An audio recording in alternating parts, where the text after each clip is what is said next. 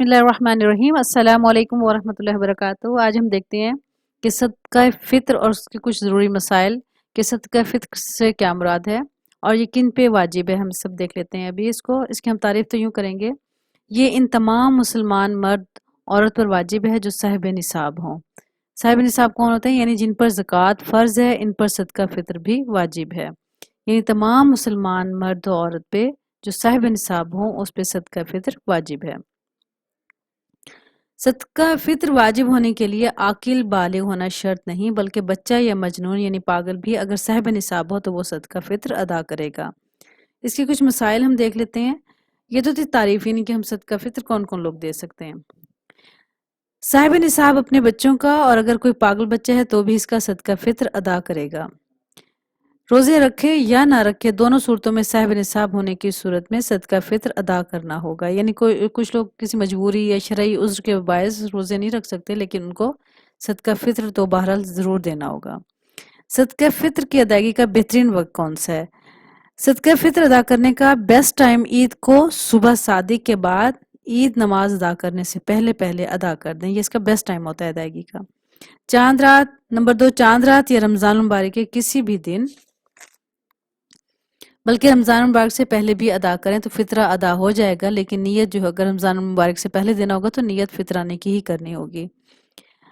اگر عید کا دن گزر گیا، یہ تیسری بات ہے، اگر عید کا دن گزر گیا اور صدقہ فطرانہ دیا تو یہ ہم سے ساقط نہ ہوگا، یعنی نہ دے سکے۔ اگر عید کا دن گزر گیا، ٹھیک ہے، بعض اوقات ایسا ہوتا ہے کہ انسان کو یاد نہیں رہتا یا ایک دم سے ذہن سے نکل جاتا ہے، تو صدقہ فطر نہ دیا تو یہ ہم سے ساقط نہ ہوگا، یعنی یہ واجب ادا کرنا ہی کرنا ہے، لہٰذا پورے سال میں جب بھی ادا کریں گے وہ صدقہ فطر ادا ہو جائے گا۔ یہ نہیں ہو سکتا کہ اگر ہم عید کے بعد تک نہیں دے سکیں تو اس کے بعد کیا ہوگا کہ عید تک ہم، اصل بیسٹ ٹائم تو وہی ہے نا کہ ہم ادا کریں صبح کو، صبح صادق کے بعد نماز عید سے پہلے ادا کر دیں، بیسٹ ٹائم یہ ہے۔ لیکن اگر فرض کریں ذہن سے ایک دم سے نکل گیا اور یاد نہ رہا اور عید بھی آ گئی، عید بھی گزر گئی، تو پھر خیال ہو میں تو صدقہ نہیں ادا کیا فطرانہ، تو اس میں پریشان ہونے کی ضرورت نہیں ہے، جب بھی ادا کریں گے صدقہ فطرانہ ادا ہو جائے گا۔ صدقہ فطر کے مصارف کون سے ہیں؟ صدقہ فطر کے مصارف وہی ہیں جو زکوٰۃ کے ہیں، یعنی جن کو زکوٰۃ دے سکتے ہیں، یعنی فطرانہ بھی دے سکتے ہیں۔ مصارف کون سے ہیں پہلے بتایا گیا، یعنی جن کو ہم صدقہ فطر دیں گے وہ کون لوگ ہوں گے؟ وہ لوگ ہوں گے جن کو ہم زکوٰۃ بھی دے سکتے ہیں۔ صدقہ فطر کی مقدار کیا ہے؟ اس کو غور سے سمجھ لیجئے۔ نمبر 1، گندم یا اس کا آٹا یا ستو آدھا سا۔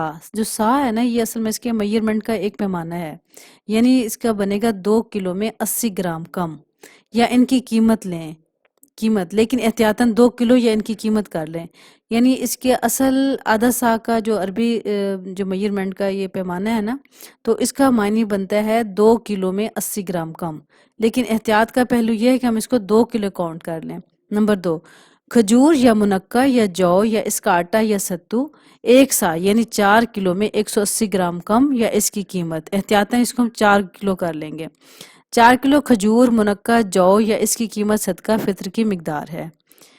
نمبر 3، ان 4 چیزوں کے علاوہ کسی دوسری چیز سے صدقہ فطر دینا چاہیں، جیسے چاول، جوار، باجرہ یا کوئی غلہ یا کوئی اور چیز دینا چاہیں تو قیمت کا لحاظ کرنا ہوگا، یعنی وہ چیز آدھے سا یعنی گندم یا 1 سا جو کی قیمت کی ہو۔ یہاں تک کہ روٹی دیں تو اس میں بھی قیمت کا لحاظ کیا جائے گا، اگرچہ گندم یا جو کی ہو، یعنی جو اس وقت جس وقت ہم فطرانہ ادا کر رہے ہیں اس وقت گندم کی کیا قیمت ہوگی، کھجور کی کیا قیمت ہوگی، یا کوئی اور اناج ہم دے رہے ہیں تو اس کی کیا قیمت ہوگی۔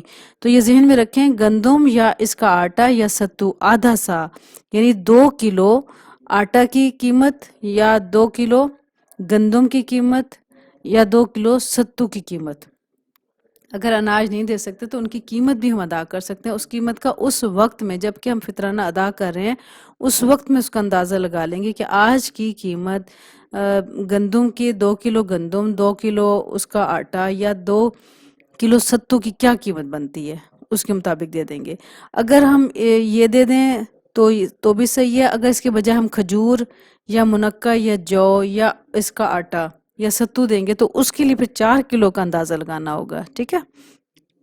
تو وہ پھر بنے گی صدقہ فطر کی مقدار۔ تو ہم اپنے حیثیت کے مطابق دیکھ لیں گے کہ ہم فطرانہ کون سا دے رہے ہیں، اس کی کیا قیمت بنتی ہے۔ تو یہ تھے اس کے کچھ ضروری مسائل اور فطرانے کے بارے میں۔ اللہ تعالیٰ ہمیں علم کے ساتھ عمل کرنے کی توفیق سعادت نصیب فرمائے، آمین یا رب العالمین۔ السلام علیکم ورحمۃ اللہ وبرکاتہ۔